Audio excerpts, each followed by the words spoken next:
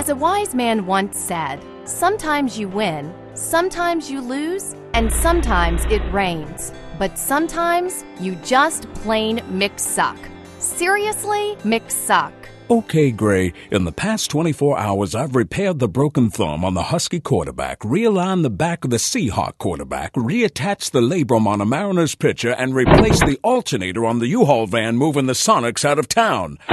I'm exhausted, so this better be good. It is. They just brought in a patient on life support. Oh, my God. This man doesn't need a surgeon. He needs a priest. What happened to him? Nothing. He's just another Seattle sports fan. The poor S.O.B. How many of these cases have we seen this year? And they just keep getting worse, and we still can't help them. Well, the Seahawks certainly weren't the cure. This man has suffered massive brain damage. Look at the frontal lobe. The only way he could have sustained that kind of damage would have been from repeatedly slamming his hand against his forehead for an entire year. Is that his cerebral cortex or a bowl of Jell-O pudding? And look at the damage to the parietal lobe. What could have caused that? The Mariners losing 100 games with a $117 million payroll? The Sonics moving out of town?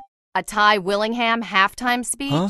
Actually, Meredith, I think that's just old scar tissue. Probably originally caused by the refs in Super Bowl 40. It isn't pretty, but I'm afraid that's the best I can do. At least the poor guy can go out in public now. He'll fit right in with the rest of the fans. But why a paper bag? Seattle just voted to outlaw plastic bags. They don't break down. They just pile up in garbage dumps for thousands of years, polluting, stinking, and taking up valuable space. Kind of like the Mariners' free agents. I have it! I know how to bring him back to life. What, are you going to sleep with him, too? No, but comatose patients often respond to the spoken word. I've seen it work, and I know just what to say to him. The Thunder lost yet again last night to fall to 2-23 and were booed off the court by the Oklahoma City fans who left more than 1,000 seats unfilled. Owner Clay Bennett responded by firing his coach again. He'll be asking for a new arena any day now. Sometimes things just get so bad. The only thing that can make you smile is hearing that others are suffering just as much as you are.